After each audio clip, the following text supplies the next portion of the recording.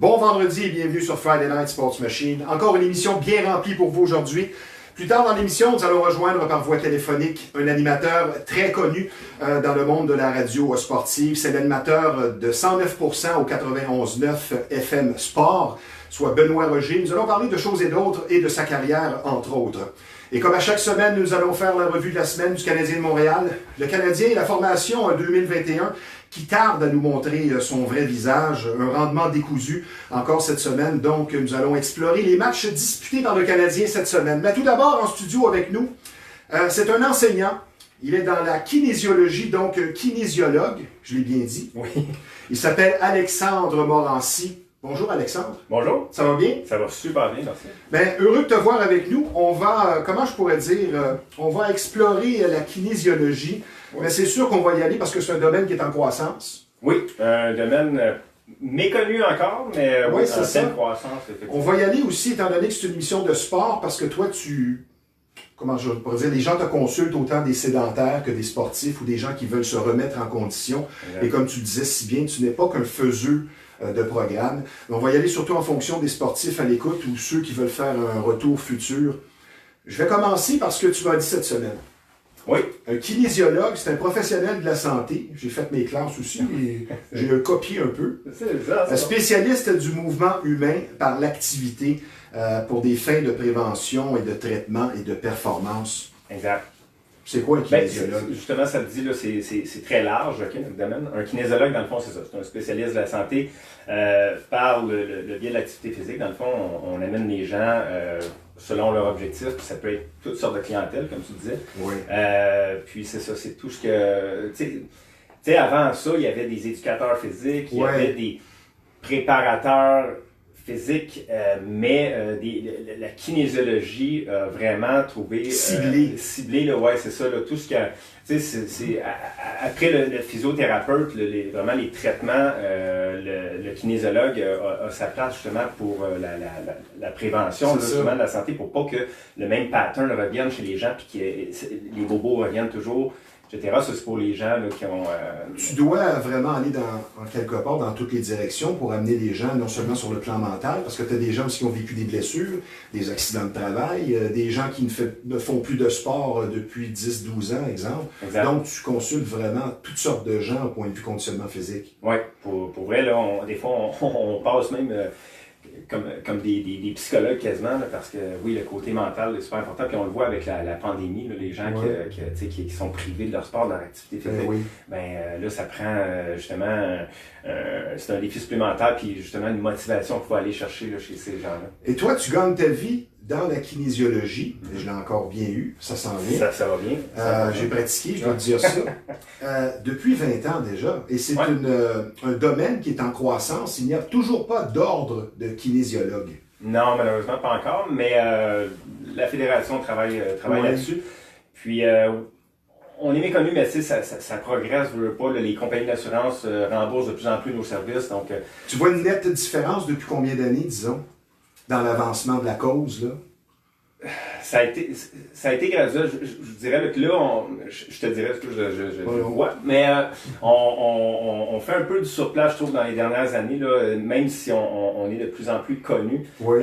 Mais côté... Mais ça fait pas du surplace présentement. Ça continue à... Non, oui, c'est ça. À ton rythme? Tu trouves que ça avance assez rapidement? Pas assez rapidement. Non, pas assez rapidement. Mais on est plus connus. Moi, je me souviens, il y a 20 ans, là, je parlais de ma profession, puis c'était comme un gros... Mais pour quelle raison c'est comme ça? Parce que, je veux dire, j'ai parlé avec toi là, en pré-entrevue. Tu es très qualifié, point de vue conditionnement physique, et de remettre les gens en forme, travailler leur mental. Qu'est-ce qui fait que ça tarde à être reconnu à sa juste valeur? Tu sais, ça l'est de plus en plus, mais c'est ça. Je pense que c'est vraiment l'ordre, le jour où on va avoir un ordre, puis tu sais que on va être plus reconnu, là, c'est sûr, mais pour l'instant, c'est à nous de justement montrer ce qu'on peut faire. Il faut que tu fasses tes preuves continuellement, finalement. Ben oui, justement dans un projet pilote là, avec le C3S de Montérégie, là, pour justement amener les personnes âgées à bouger un peu plus avec la pandémie, parce que là, sont plus isolées, ils bougent moins. Fait que tu sais, tranquillement, pas vite, là, on s'impose dans cet environnement-là, puis on se fait connaître de plus en plus. On va revenir à la kinésiologie comme telle, parce que c'est un rôle rôle d'accompagnement avant toute chose. Ta mission, c'est optimiser la dynamique du mouvement par l'activité physique, l'autodétermination aussi, son mode de vie, et tu y vas beaucoup sur la régularité, la répétition des bonnes choses à faire. Qu'est-ce que tu me dirais à ce niveau-là? Bien, c'est sûr, c'est d'amener les gens parce que les gens en général ils ont toujours des bonnes excuses hein, pour pas bouger. Puis, surtout au jour de l'an. Oui. Il y a beaucoup de gens se mettent des promesses en tête, c'est difficile. Ben, c'est ça. C'est parce que les gens se mettent aussi des objectifs des fois à court terme. Oui. Puis ils ne voient pas à long terme. Puis l'activité physique comme l'alimentation, c'est pas quelque chose qu'on devrait penser à court terme, mais plus à long terme. Mais c'est à nous aussi de trouver d'aider les gens à se trouver des objectifs pour pouvoir toujours progresser. Parce que quelqu'un qui n'a pas d'objectif, c'est voué à l'échec. Quelqu'un qui me dit en partant, moi je veux me mettre en forme pour la santé. Il n'y a rien de précis. C'est flou. Oui, c'est ça. Il n'y a rien de. Ben, pas il n'y a rien de mesurable. On peut mesurer la condition physique, mais je veux dire, justement, nous, on fait des évaluations de la condition physique justement pour pouvoir réévaluer puis voir la progression des gens. Puis ça, c'est motivant. Et pas mettre quelqu'un sur un programme là, qui serait pas approprié aussi, poussé trop loin. Ça, on le voit beaucoup, surtout chez les jeunes là, qui veulent. Faire des programmes de plus avancés, ils trouvent des choses sur Internet, puis ils se garochent dans n'importe quoi, puis ça, c'est souvent voie à l'échec, justement. Là. J'essaie de deviner, Alexandre, tu as plus de gens qui te consultent au mois de janvier et au printemps, ça se peut-tu, ça?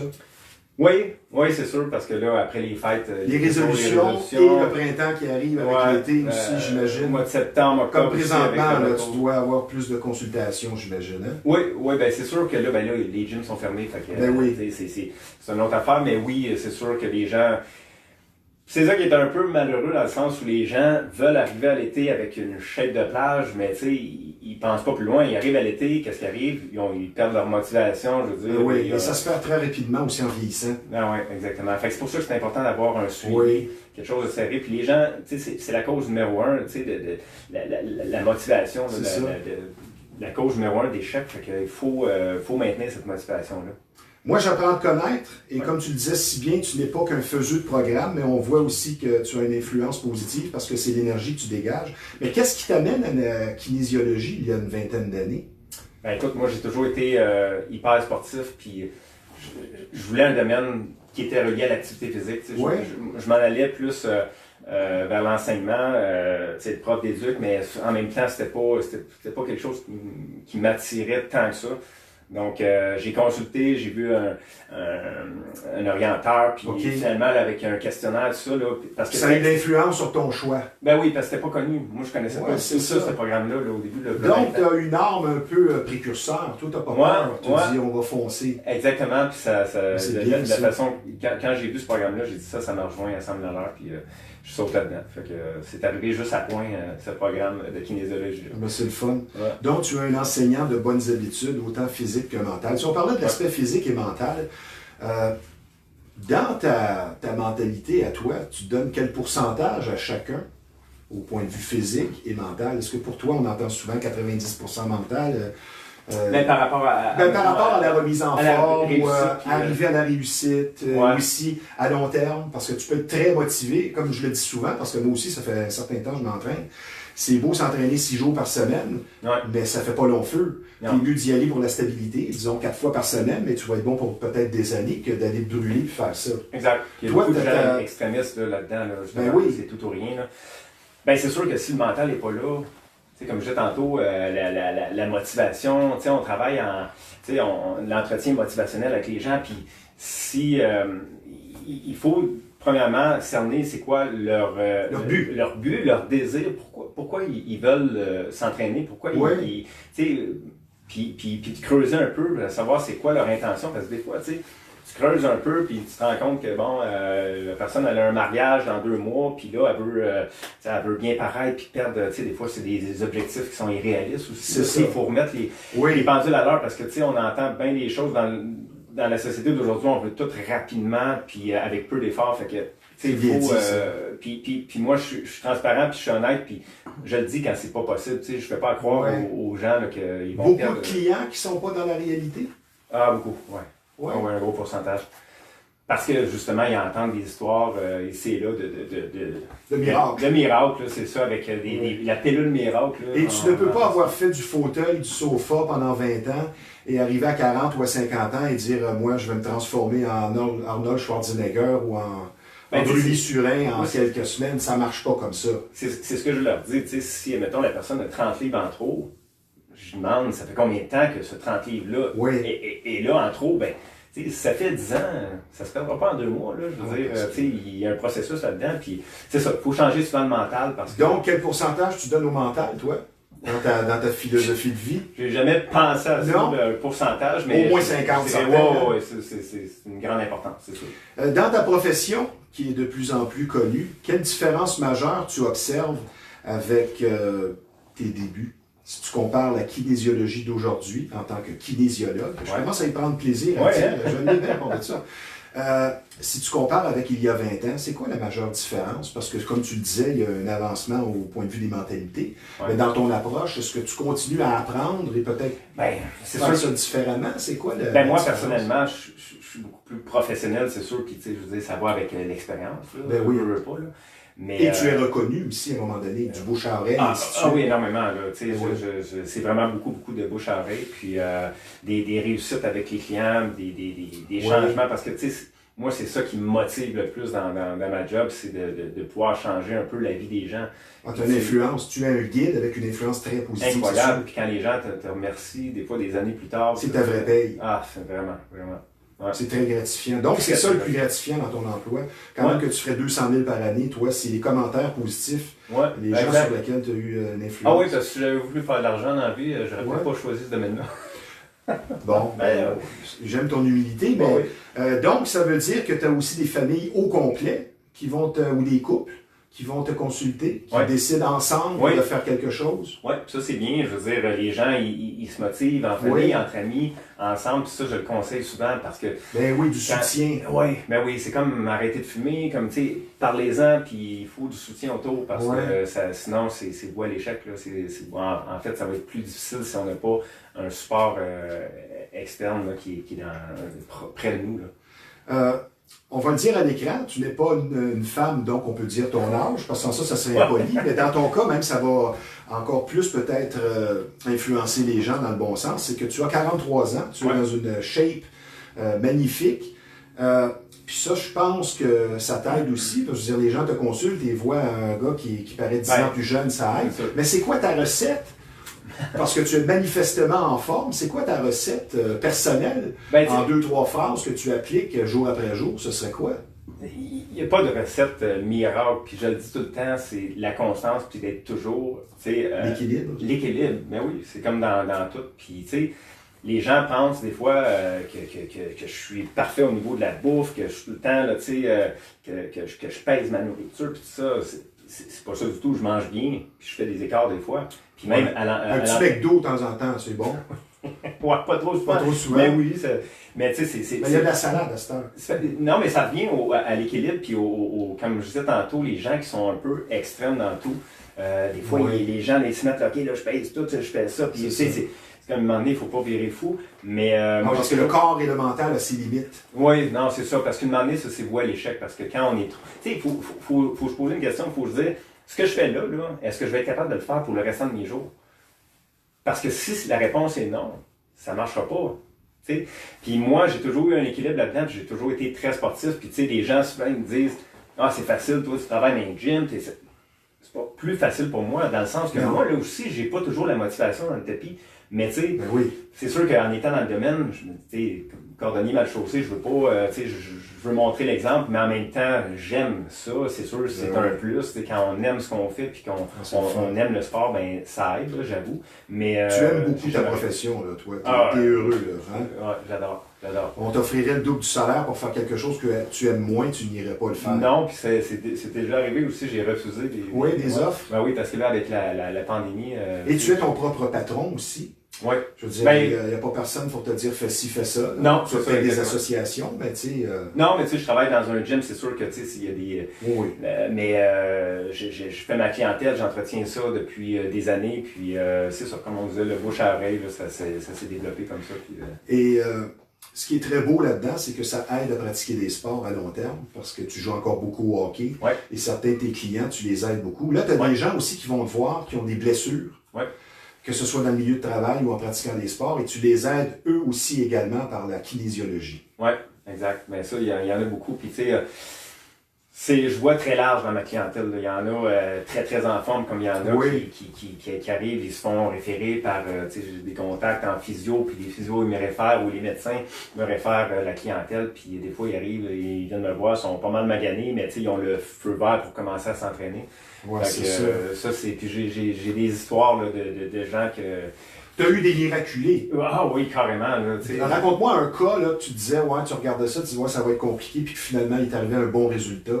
Tu as peut-être une anecdote à me raconter qui t'a marqué? Ben oui, puis un de mes clients qui, lui, avait vu d'autres spécialistes, puis il avait essayé de commencer à s'entraîner dans notre gym, puis finalement, ça avait pas... l'approche était pas aussi professionnelle. Là, quand il est venu me voir, il a vu tout de suite, OK, lui, j'ai confiance. Puis, écoute, des gens là, qui avaient, ce cas-là, entre autres, là, il avait de la misère à marcher, puis il était tout croche, puis, des fois, ça prend pas grand-chose, pour... Il y a des clics à un moment donné, peut-être? Ben oui, puis, c'est de leur expliquer que, regarde, il faut que tu prennes des habitudes de vie qui vont, justement, t'amener à telle finalité. Puis, la répétition des bons gestes. Oui, exactement. Beaucoup d'exercices de mobilité, des exercices de renforcement, mais on y va vraiment, puis c'est ça la différence entre un kinésiologue puis un entraîneur qui a une formation de 2-3 fins de semaine, c'est que nous, on va y aller vraiment adapté, personnalisé au niveau de la personne, aux besoins de la personne, puis on va progresser tranquillement. Tu donnes les outils. Ben oui, c'est ça. C'est sûr, exact. Donner les outils à la personne parce que nous, notre travail a une certaine limite. Je veux dire, moi, une fois que la personne est sortie, je sais pas qu'est-ce qu'elle va faire, je sais pas qu'est-ce qu'elle va manger, je sais pas, Fait que il faut donner les outils pour qu'elle devienne autonome puis qu'elle prenne des bonnes habitudes de vie. Ça dépend aussi du caractère de la personne qui est devant toi, pas juste sa condition, parce que tu as des gens qui ont de la misère à prendre des conseils, peut-être. Oui. Ça doit arriver, ça. Je veux dire, tu as des gens qui pensent aussi qu'ils connaissent tout. Oui. Ça ne doit pas être facile. Des fois, il faut que tu sois un petit peu psychologue pour arriver à faire progresser. On a souvent, il faut changer la mentalité. Puis, ça, mais je pense que la clé là-dedans, c'est d'aller chercher la confiance de la personne. Puis, de montrer que je sais de quoi je parle. C'est ça, mais moi, si tu veux pas m'écouter, je veux dire, je peux pas t'obliger, je peux pas rien faire. Mais si tu viens me voir, tu viens me consulter, c'est parce que tu as des attentes, puis moi, je vais te dire les vraies affaires. Je vais pas te bullshiter n'importe quoi, puis je veux dire, si tu me fais confiance, on va arriver à tes fins plus vite que tu penses. Oui. C'est quoi l'ultime conseil que tu donnes aux gens? Parce qu'en tant que sportif accompli, tu es en très grande forme physique. Le plus beau conseil que tu peux donner aux jeunes ou aux moins jeunes, soit qui sont déjà en forme et qui veulent continuer de progresser ou qui veulent se remettre en forme, toi, ton ultime conseil, là, 2-3 grandes lignes de pensée, ce serait quoi? Un peu comme je disais, la constance, c'est de continuer, de ne pas arrêter. Tu sais, les gens, souvent, ils vont, c'est par cycle, hein, fait qu'ils ont des points de motivation, ils arrêtent. Fait que, tu sais, puis il n'y a rien acquis dans la condition physique. Je veux dire, j'en vois des gens qui sont un peu plus âgés puis qui ont eu un gros passé sportif, mais tu sais, je veux dire, ça fait 10 ans que tu fais plus rien, ça vaut plus rien. Fait que c'est la constance. Puis pour vrai, là, quelqu'un qui veut arriver à 60-70 ans, top shape, là. Et il y en a. Oui, il y en a. Moi, je vais te raconter une anecdote. Un monsieur qui avait le cancer, Roland, qui écoute l'émission, je suis sûr, je me rappelle quand les gyms étaient ouverts, il m'a suivi sur le bench press et je pense qu'on avait pas loin de 300 livres. C'était vraiment impressionnant, mais il n'avait jamais arrêté. Il a 76 ans. Voilà. Parce que la courbe de perte d'autonomie, de perte de capacité, elle se fait très rapidement, passer 50 ans si on fait rien. C'est ça. Mais par contre, si on continue à s'entraîner, puis surtout au niveau cardiovasculaire, au niveau de la mobilité, ça se garde. Au niveau musculaire, oui, il y a une perte inévitable, mais on peut la limiter. Puis c'est ça qui... Fait qu'il n'y a pas d'âge, je veux dire, les gens souvent, ils vont... C'est ça qui est plate, c'est qu'ils vont mettre sur le dos de l'âge le fait de ne plus faire d'activité physique parce que c'est plus de leur âge, au contraire. Plus on avance en âge, plus c'est important. On pourrait dire finalement que tu aides les gens à vieillir en beauté. Voilà. Si on voulait, en bon québécois, plugger ton entreprise, on peut te rejoindre, Alexandre Morancy, par Facebook, mais tu as sûrement un site web. Ben, en fait, j'ai pas de site web. Okay. C'est Facebook, Alexandre Morancy, kinésiologue. Oui. Fait que j'ai pas mon site web. Sinon, moi, je travaille au Nautilus+ à Terrebonne et Repentigny. Okay. On attend que ça rouvre aussi. Puis, commence à avoir hâte, la troisième vague, ça commence à faire, hein, Alexandre? Oui, non, c'est sûr. Mais moi, je suis positif dans la vie, puis je vois... Mais ça s'en vient, on le sait. Ouais. Moi, je te remercie de ta présence à l'émission. Tu peux revenir n'importe quand. Ça passe trop vite. Ben oui, on voit que tu es animé d'une belle passion. Tu as beaucoup d'influences positives sur la vie des gens. Je t'en félicite. Et je te dirais longue vie. On se reparle, Alexandre. Merci d'avoir été des nôtres. Merci. À la prochaine. Sans plus tarder, nous allons rejoindre l'animateur de 109% du 91.9 Sport. On va parler de choses et d'autres avec lui. On va parler évidemment de hockey et de sport. Bonjour, Benoît Roger. Oh, Stevie Ray is in the house. Ah ben merci. Là, c'est toi qui me fais une présentation, Benoît. Bonjour, comment allez-vous? Ah, ça va bien, toi, malgré la crise? Oh, oui. La grande forme, la vie est bonne, rien d'autre à dire, même si le Canadien joue sans armes de nouveau. Oui, ben c'est ça. Moi, j'aimerais ma première question. C'est un rendez-vous, ton émission 109%, qui est bien réussi. Les débats sont intéressants, c'est toujours pertinent, de très bons intervenants expérimentés. Si tu devais définir ton émission en quelques phrases, tu dirais quoi? Ben, honnêtement, et sans aucune prétention, ce que j'entends de la part des débatteurs à toutes les semaines, et encore ce matin, lorsqu'on a complété l'émission, Greg Lanto, qui était à la station, c'est du gros fun. D'abord et avant tout, c'est du plaisir à l'état pur. On ne se prend pas au sérieux, même si on l'est, parce que, évidemment, quand on parle de sport, quelque part, il faut être sérieux. Mais on ne se prend pas au sérieux. Et là, ben, c'est toute la nuance et c'est ce qui fait la force de l'émission, c'est que on a la pratique au bâton, question de s'échauffer dans la première demi-heure avec tous les sujets d'actualité dans le monde du sport. Et par la suite, ben là, on a les 3 débats qui s'enchaînent. Et j'ai un ton qui invite à la bonne humeur. Et honnêtement, c'est ce que j'entends à chaque semaine. On a du fun, on a du plaisir. C'est pour ça que les débatteurs, donc, aiment revenir à chaque semaine débattre des sujets de l'actualité et surtout débattre du Canadien, sur les sujets entourant le Canadien. Ben moi, c'est ce que j'aime de ton émission et comme je te l'ai dit précédemment en conversation hors d'onde, c'est un juste équilibre entre la pertinence, mais ça demeure amusant. Ton style d'animation, on voit que tu sais où tu t'en vas parce que tu as eu quand même une longue carrière, mais on est dans, comme tu le dis si bien, dans le plaisir, dans le fun. Cette belle aventure, toi, a commencé dans le début des années 90. On voit que tu es dans la bonne chaise, tu aimes ce que tu fais, mais si quelqu'un t'avait dit il y a 25-30 ans, tu vas te retrouver à la barre d'une telle émission, est-ce que tu l'aurais cru? Je ne pense pas, parce que oui, j'aime le sport, c'est sûr, j'en mange, il n'y a pas de problème. Il reste que je suis d'abord et avant tout, moi, un amant de la radio. Moi, c'est tout ce qui est audio qui m'allume. Ce que tu es en train de faire, exemple, j'adore. Tout ce qui est podcast également, que l'on peut écouter peu importe où on se trouve. Mais bon, non, moi, je suis un gars de radio. Et puis, je me suis promené un peu partout au Québec. La radio musicale ne me ressemblait pas tellement. J'ai eu un passage à vide à un moment donné où je me demandais, qu'est-ce que je fais avec ma passion, avec mon art? Parce que, présenter des chansons que je n'aime pas en faisant semblant de les aimer, ça me branchait pas tellement. Il reste que, il a fallu, puis j'avais peur de Montréal. Pour moi, Montréal, c'était un gros monstre pas fin. Alors, je demeurais en région, et puis, quand tu fais de la radio en région, malheureusement, il faut l'avouer, là, t'es pas tellement riche, hein. C'est pas un métier qui est très payant. Alors, je devais combler par de l'animation d'événements. J'ai animé au-dessus de 2000 événements dans ma vie. Et j'avais comme fait le tour du jardin. J'étais un peu blasé d'animer des événements. Je voulais me consacrer uniquement à mon art, celui de faire de la radio. Et il a bien fallu que je terrasse le dragon et que je dise, OK, Montréal, on va essayer ça.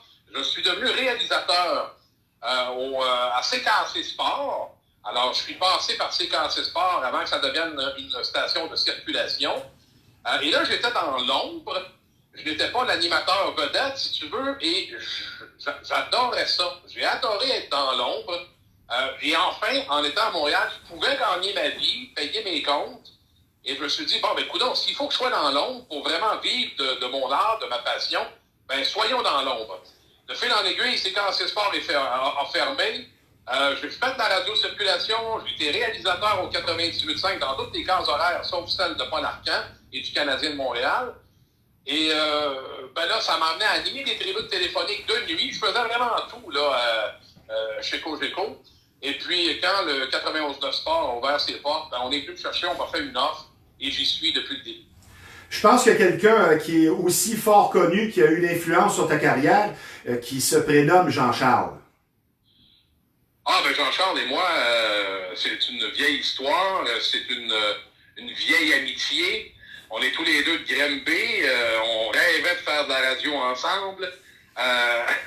On jouait au hockey-ball et puis on manquait nos cours parce qu'on connaissait bien les surveillants à l'époque et on leur faisait croire aux surveillants qu'on avait un montage à faire pour tel ou tel gala, puis les surveillants nous débarraient à la radio étudiante. Et puis, on s'enregistrait des émissions d'avant-match pour nos parties de hockey-ball le soir. Et on avait beaucoup de plaisir à faire ça. Donc, quelque part, on était prédestinés à faire de la radio sportive, si on veut. Alors oui, effectivement, et puis on a fait les 1001 coups ensemble, Jean-Charles et moi. Et c'est un temps où nous étions pas mal régulièrement sur la même page, effectivement. Benoît, tu parles de destin. C'est quoi ta définition du destin? Est-ce que tu crois que parfois les choses semblent écrites à l'avance? Je ne suis pas nécessairement de ce type-là. Moi, je pense que quand on a un rêve, quand on a une passion, on doit passer à travers différentes épreuves. Le chemin n'est pas facile. Moi, j'ai un parcours qui est atypique, là, vraiment. Je pense que la persévérance à travers les coups durs, de toujours y croire quand on a ce rêve-là, fait en sorte qu'à un moment donné, ça se place. À un moment donné, veut pas, à force d'y croire, de ne pas abandonner, ben ça se place. Honnêtement, j'aurais pas pensé que ça se place aussi bien, tant mieux. Mais j'ai jamais cessé d'y croire. Ça a été, moi, la trentaine, là, ça a été une décennie qui fut particulièrement difficile, vraiment.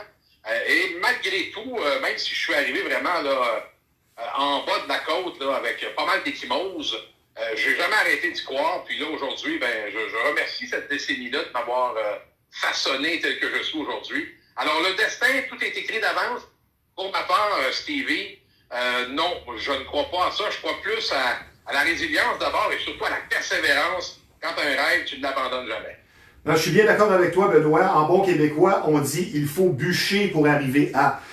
Moi, je vous écoute fréquemment, là, autant toi que d'autres animateurs qui font partie de ton émission et du 91.9 Sport. Je me pose toujours la question, je suis un gars de sport, mais parfois je me dis comment vous faites pour être toujours au courant de tout? Oh, ça, c'est une Moses de bonne question. C'est une bonne question parce que ça peut devenir, honnêtement, j'aime le sport, j'adore le sport, mais de toujours patauger là-dedans sans cesse, de se tenir à l'affût de tout ce qui se passe dans tous les sports, honnêtement, ça peut devenir aliénant par moment. Tu sais, c'est pas vrai qu'on peut regarder tous les matchs de toutes les ligues. C'est impossible. Moi, j'aime observer autre chose que le sport dans la vie. Il reste que, étant réalisateur d'abord de l'émission du matin, avant 109%, qui est à 10h, moi je réalise le show du matin avec El Peggy et Gilbert Delorme, ben, en réalisant cette émission-là, j'ai le temps de voir et d'entendre surtout la façon dont le sport s'est déroulé la veille. Et à partir de là, ben, moi, je me fais ma tête, je me fais mon idée. Et quand 109 arrive, je suis très, très près. Alors, j'ai le temps d'entendre des chroniqueurs chevronnés nous parler, nous brosser un portrait de la situation. Et on a de très bons chroniqueurs à la station. Et là, à partir de là, moi, je me fais ma propre tête et le 109% se présente et je suis au courant de pas mal tout. Mais c'est utopique, c'est faux de penser que les gens qui sont dans le sport connaissent tous les sports et regardent tous les matchs. C'est carrément impossible. Chose est certaine, mon cher Benoît, ça prend une conjointe compréhensive. Pardon, comment vous dites, mon cher ami? J'ai dit ça prend une conjointe compréhensive. Ah oui, ça! Bon point, hein? Oui, ben oui, parce que ma conjointe me demande, bon, y a-tu une game à soir, là? Et là, quand je lui ai dit oui, bon, ben, elle est au courant qu'à un moment donné, il va falloir qu'on tasse tout et qu'on regarde le match. Y a-tu du golf en fin de semaine? Oui, il y a un bon tournoi en fin de semaine. Ah, OK, alors, dimanche, à partir de 3 heures, t'es là-dessus? Oui. Alors, effectivement, ça prend une conjointe compréhensive, mais tu sais, il y a des affaires pires que ça dans la vie, là. Et je ne m'installe pas. Il y a tellement, ici, on est en campagne, il y a tellement de travaux à faire autour de la maison que je peux pas uniquement m'installer devant le téléviseur et regarder ce qui se passe. Alors, des fois, c'est par bride. C'est sûr que le golf, le dimanche, la ronde finale, à partir de 4 heures l'après-midi, j'aime ça être installé puis plus rien faire puis regarder ça. Mais il reste que, oui, ça prend des conjoints compréhensifs. T'as raison, tu fais bien de le souligner. Mais évidemment, c'est sûr que quand même, tu écouterais beaucoup de sport devant la télé à la maison. C'est déjà mieux que d'être à la taverne, comme certains. Nous sommes bousculés un petit peu par le temps. On va y aller maintenant dans la section questions rafales. Tu me réponds par un mot, un nom ou une phrase. Ma première question, lors des 30 ou 40 dernières années, quel championnat de la Coupe Stanley t'a marqué, soit parce que c'était une surprise ou c'était une victoire spéciale? Moi, je peux t'en nommer deux ou trois qui, moi, m'ont marqué. Les Flyers de Philadelphie de 74 qui avaient battu Bobby Orr et Phil Esposito. Les Hurricanes en 2006 et le Canadien en 93. Dans ton cas, une ou deux Coupes Stanley qui t'ont marqué des dernières décennies, ce seraient lesquelles? Ben, moi, définitivement, il y en a une qui m'a marqué au fer rouge et on attend depuis longtemps de revivre cet événement-là, c'est 93. Je me rappelle très bien de 93 parce que nous étions en pleine répétition pour une pièce de théâtre d'été et c'était la frénésie totale, la folie totale. Et on veut tellement revivre ça. Alors oui, pour moi, ça, c'est sûr qu'il y a eu 86. Avant 86, j'étais somme toute assez jeune et on arrivait de plusieurs années quand même avant ça, dans les années 70, de plusieurs années glorieuses. Mais 93, on sentait qu'il y avait un essoufflement. Alors, pour ma part, oui, c'est la conquête qui fut que j'ai le plus appréciée, mettons. On va parler maintenant un petit peu de baseball. Ta réponse en une phrase dans le dossier des expos. Jusqu'à quel point tu y crois? Parce qu'on dirait parfois qu'il y a des gens qui vont se chercher du capital politique avec cette question-là. Benoît Roger, lui, qu'est-ce qu'il pense en une ou deux phrases de ce dossier? Ben, moi, je ne crois pas du tout en une équipe partagée. Peut-être pour la première année, les 2 premières années, mais à long terme, je n'y crois pas du tout. Ça prend le retour des amours, ni plus ni moins. C'est ça et c'est rien d'autre. Alors, non, moi, j'y crois au retour des expos, mais il faut que l'équipe nous appartienne, il faut que ce soit notre club et non pas une équipe partagée. Et encore là, on pourrait, écoute, Stevie, on pourrait débattre longtemps. Là, on pourrait entrer dans les paramètres pécuniers. Là, ça aussi, là, est-ce qu'on peut faire vivre une équipe de baseball à Montréal à temps plein? Ça, j'ai des doutes, mais quand on parle des expos, il y a toujours une passion qui revient. Passion nostalgique, tu vas me dire, mais une passion tout de même. Oui. Après, on va revenir au hockey. Après le Kraken de Seattle qui commence ses activités l'an prochain, est-ce que tu crois au retour des Nordiques, un dossier qui n'est plus tellement à la mode? Non. Ben, c'est simple de même, N-O-N. Moi, je ne crois pas du tout au retour des Nordiques. Okay. Ça, c'est mort, complètement mort pour ma part. Ton joueur favori de la LNH de tous les temps, et c'est pas obligé d'être un joueur du Canadien. Ben là, c'est pas obligé d'être un joueur du Canadien. Mon joueur favori de tous les temps. Aïe, ça en est une bonne.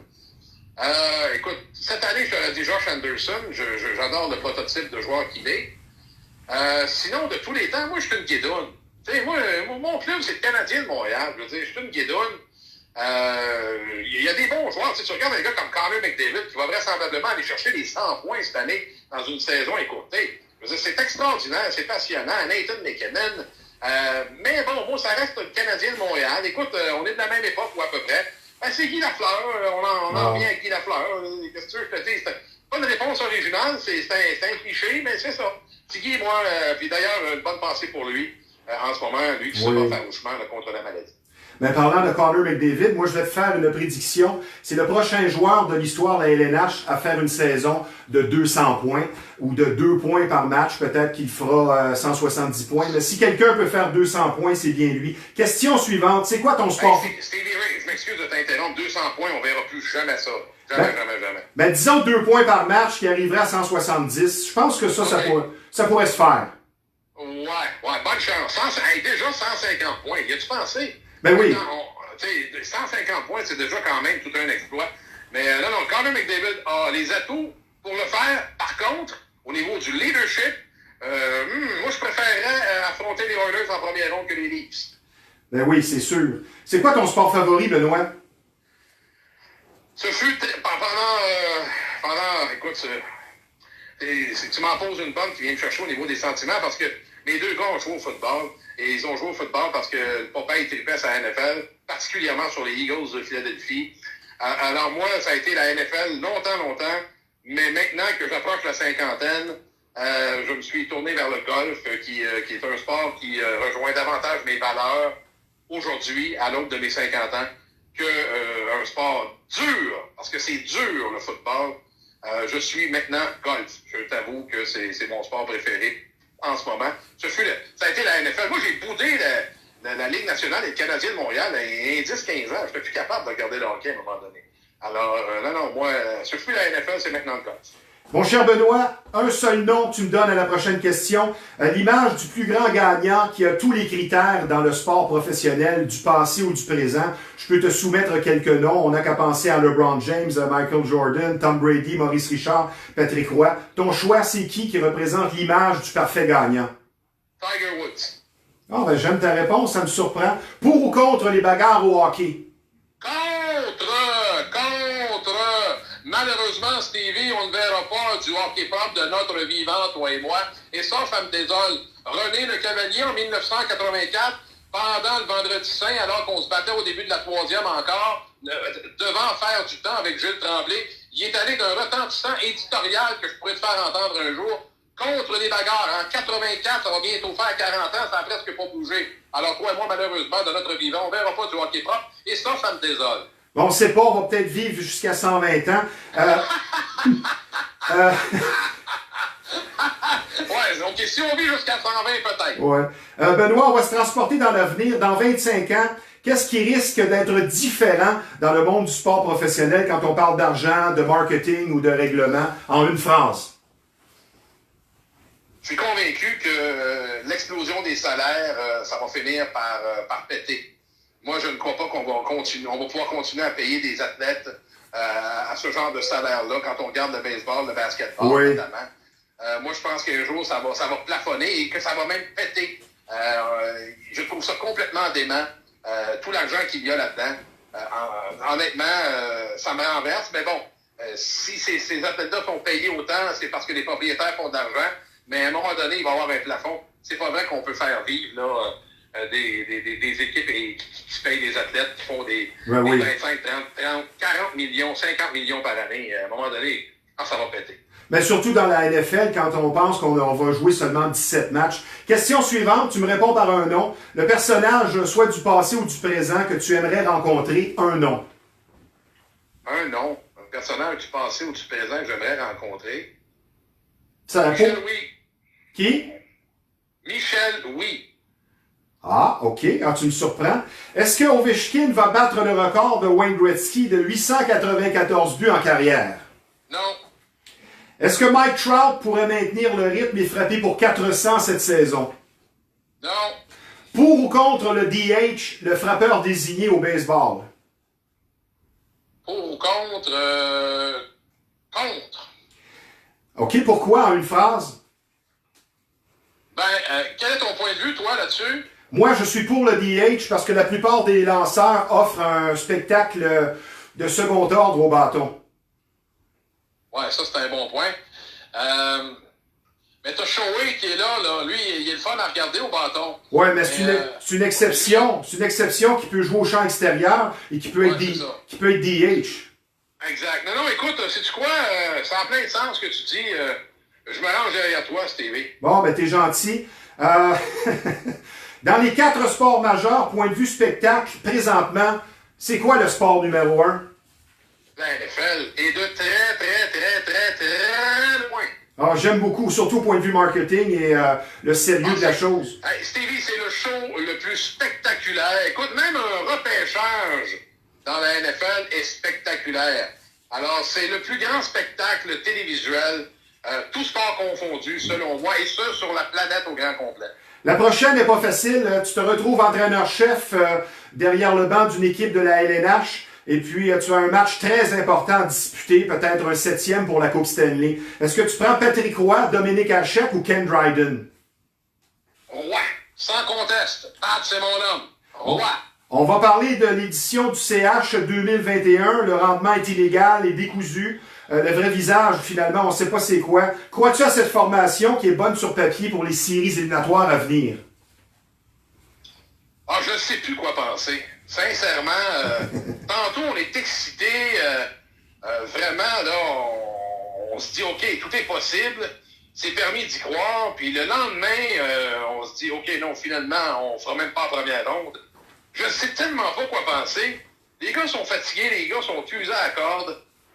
Tantôt, il n'y a plus d'armes, tantôt, ils sont vraiment en pleine vie. Honnêtement, je ne sais pas quoi penser de cette équipe-là. J'aime à espérer qu'ils nous surprendront. Si je regarde ça aller. Sur papier, les plus grands experts ont dit que c'était une équipe qui était bâtie pour les séries. Ça reste à voir. Oui, je suis d'accord avec toi. On va poursuivre avec le Canadien. Une dernière question sur le CH. Le Canadien, là, qui n'a pas atteint la finale de la Coupe Stanley depuis bientôt 28 ans, 93, on joue beaucoup sur les mots quand on fait une campagne de marketing. On parle de tradition, quand la réalité, c'est que la tradition, c'est de perdre. Parce que si tu analyses le rendement en séries éliminatoires, c'est une des pires équipes du sport professionnel. C'est quoi le problème du Canadien depuis presque 30 ans? Le Canadien est assis sur un passé beaucoup trop glorieux, un passé qui ne reviendra jamais. On ne revivra plus jamais ce genre de dynastie. Et il y a une pression énorme, ce qui fait faire, évidemment, une panoplie d'erreurs à la haute direction. Alors, on a patiné dans la boîte, comme le disait cette semaine Dominique Ducharme, pendant plus d'une décennie, à essayer de bâtir une équipe sans passer par la reconstruction. Et ça, malheureusement, si tu ne prends pas le temps de rebâtir à partir de zéro, à un moment donné, tu n'arriveras jamais à rien avec des solutions diachylons, que j'appelle, là. Tu sais, un petit plaster à gauche, un petit plaster à droite. Ben, ça fait que tu fais du surplace, justement. Alors, on est pris avec ça parce qu'il faut gagner à tout prix, à toutes les années. Ben, de devoir gagner à tout prix, à toutes les années, ça nous fait faire du surplace, comme tu le disais si bien, depuis presque 28 ans. Et ça, c'est vraiment désolant. Mais moi, personnellement, je pense que tant que tu n'auras pas le joueur de concession à l'avant comme centre numéro 1, tu n'arriveras à rien. Tu ne peux accéder à un championnat ou aux grands honneurs. On poursuit, il reste 3 ou 4 questions. On est bousculé par le temps, donc des réponses par un mot ou une phrase. Les athlètes de haut niveau qui remportent des championnats ont beaucoup de caractère. Est-ce que être cocky, c'est un must? Non. L'athlète... On veut un athlète fier, mais cocky, ça, j'aime pas les athlètes cocky. L'athlète que tu as le plus détesté dans les 30 dernières années, c'est qui? L'athlète que j'ai le plus détesté dans les 30 tabarnouche, que j'ai détesté. Attends un petit peu. Toi qui es un amoureux de la vie, il faut que tu parles de détester. Ouais, non, c'est ça. J'ai de la misère à haïr du monde, mais comment dire, Ron Extall, j'ai pas... Quand il nous faisait une panoplie de grimaces comme un singe, on va le dire. Là. Il tentait d'imiter le primate. Ron Extall, j'ai vraiment pas aimé ce gars-là. Là. Ouais, puis il faut dire que quand il est parti avec sa hache sur Chris Chelios, ça a laissé des beaux souvenirs. C'est ça. Qu'est-ce que les champions ont de plus que les juste très bons? Ils travaillent plus fort. Ils ne se croient jamais arriver à destination. Question sondage, tiens. C'est qui l'athlète du 20e siècle par excellence pour toi? L'athlète du 20e siècle, ça, là, c'est le siècle dernier, ça. Moi, c'est Bo Jackson. Oh, bon sang, Bo Jackson. Moi, c'est parce que c'est ça. L'athlète, écoute, Bo Jackson, pour ta part, Écoute, je vais te répondre une réponse que j'ai déjà donnée tantôt. Moi, je pense que c'est Tiger Woods. Ah, ben c'est le fun, ça. Tu gardes tes réponses, c'est bon. L'athlète le plus spectaculaire jamais vu? Le plus spectaculaire, là, il faut que je réponde vite. Là. Écoute, l'athlète le plus spectaculaire que je n'ai jamais vu. Écoute, je te dirais que la merveille là, était assez spectaculaire. Là. Oui, bonne réponse. Dernière question, mon Benoît. Tu as bien fait ça comme un gars d'expérience. On va parler de sport de combat. Dans une société de plus en plus contre la violence, donc non violente, dans 100 ans, est-ce que les gens paieront encore pour voir deux personnes tenter de se faire une commotion cérébrale? Dans 100 ans, non. Non, hein? Non. Ah non, mais en même temps, tabarouette, les gens aiment ça. Les bourses sont tellement élevées, c'est parce que le monde paie pour voir du monde se taper sur la gueule. J'aime à penser que dans 100 ans, on aura compris qu'on est rendu ailleurs, là. Mais il joue encore. Tu vois encore là, le fameux combat Mayweather puis Logan Paul. C'est un ridicule consommé, mais ça marche. Et on parle de plus de 60 000 personnes qui veulent se déplacer, acheter une paire de billets pour aller voir ce combat-là. Alors malheureusement, on est encore loin de la coupe aux lièvres, comme disait notre chum Jean Perron. Benoît, je te remercie vraiment d'avoir été des nôtres. C'était très intéressant. Ton émission 109% est une réussite sur toute la ligne, comme toute la station du 91.9 Sport. Tu as réussi à implanter un rendez-vous. Tu fais dans la qualité. C'est non seulement intéressant, mais amusant. Je me répète. C'est pas trop sérieux, c'est juste à point. Je te remercie grandement d'avoir été des nôtres, Benoît. Très gentil. Ben, merci beaucoup, Stevie Ray, pour l'invitation. Je l'apprécie. On vient de passer un bon moment. Merci beaucoup. Puis c'est parti remise. On remettra ça. Yes, sir. Merci, Ben. OK, merci beaucoup. Bon week-end. Maintenant, nous allons faire la revue de la semaine du Canadien de Montréal, puisque lundi, on affrontait les Leafs à Montréal. Et comme le disait Sergio Momesso sur les ondes de TSN Radio, c'est un match révélateur très important. Mais il faut une dose de réalisme parce que le CH, sans Gallagher, sans Price et sans Weber, il faut quand même l'admettre, c'est plus compliqué. Et avant le match contre les Leafs, qui était sur une séquence de 5 victoires d'affilée. Il faut dire aussi que notre ami Matthews est en feu. Il s'en va directement vers le trophée Maurice Richard. Et les Leafs regorgent de talent. C'est une équipe qui est très riche offensivement. Mais ça a été un match très encourageant avec encore un dénouement hollywoodien de la part de Cole Caulfield qui connaît tout un début de carrière. Encore un but en prolongation. Et tranquillement, ça lui faisait 4 buts gagnants, je crois, en 7 matchs professionnels si on inclut les 2 matchs joués avec le Rocket. Oui, Cole Caulfield qui fait flèche de tout bois là, par les temps qui courent, en tout cas en prolongation. Mais il faut dire que dans ce match lundi contre les Leafs, Jake Allen a été sensationnel. Il a beaucoup joué au mois d'avril. Il a un rôle important. C'est une étoile dans l'ombre, il faut le reconnaître. Il est très travaillant, comme le dit son instructeur Dominique Ducharme. Puis mercredi à Ottawa, les Sénateurs qui ont tourmenté le CH toute l'année, le but en fin de deuxième période est venu tuer carrément le Canadien dans cette défaite inexplicable puisque le 3e rang était en jeu. Un manque d'effort flagrant du Canadien. Et ça commence à nous taper sur les nerfs tranquillement. On parle de fatigue, s'il vous plaît. C'est la même cédule pour tout le monde. Tout le monde est fatigué, que tu sois trop premier ou 10e. Jake Allen, dans ce match, a été carrément abandonné à lui-même. Défaite de 5-1. Et je regardais le match et je me disais, Brady Tkachuk, mon Dieu qu'il serait beau en rouge. Donc, la formation 2021 est difficile à analyser, mais il faut être réaliste et quand même reconnaître qu'il y a beaucoup de blessures. C'est une formation qui joue sans son gardien numéro 1, donc Jake Allen la plupart du temps. On n'a toujours pas de centre numéro 1. Il y a eu comme une espèce... comment je pourrais dire, un ralentissement de la part de Suzuki et de Kotkaniemi, avec un entraîneur recru qui n'a aucune expérience derrière le banc, qui se retrouve à la barre du Canadien de Montréal en plein milieu de la saison, et en plus sans sa bougie d'allumage. Vous avez compris que je parle de Brendan Gallagher. Cole Caulfield représente quand même un piège pour le CH, parce que je le dis souvent, je veux pas qu'on brûle les jeunes comme on l'a fait dans l'histoire du Canadien, mais il a quand même gagné ses galons. Moi, j'aimerais le voir avec un Drouin qui va bien et avec un Paul Byron. Il me semble que ça ferait flèche de tout bois. L'erreur qu'on fait dans le cas de Cole Caulfield, ce sont les comparaisons avec Guy Lafleur qui sont tout à fait injustes.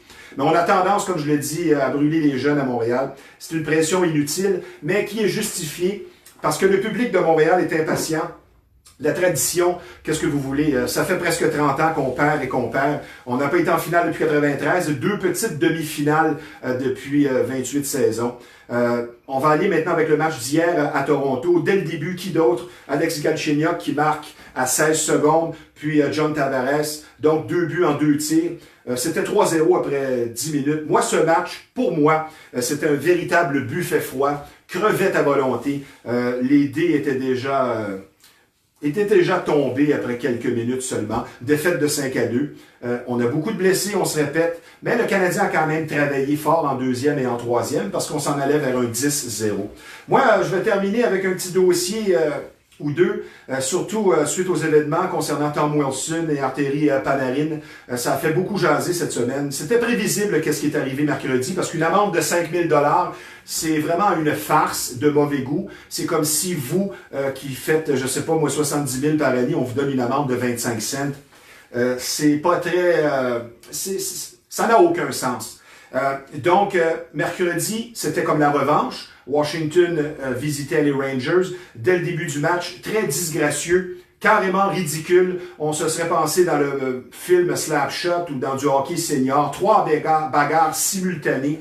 Ça ne sert à rien. C'est très mauvais pour l'image de la Ligue. Mais que voulez-vous, comme Benoît le disait tantôt, la violence, c'est vendeur.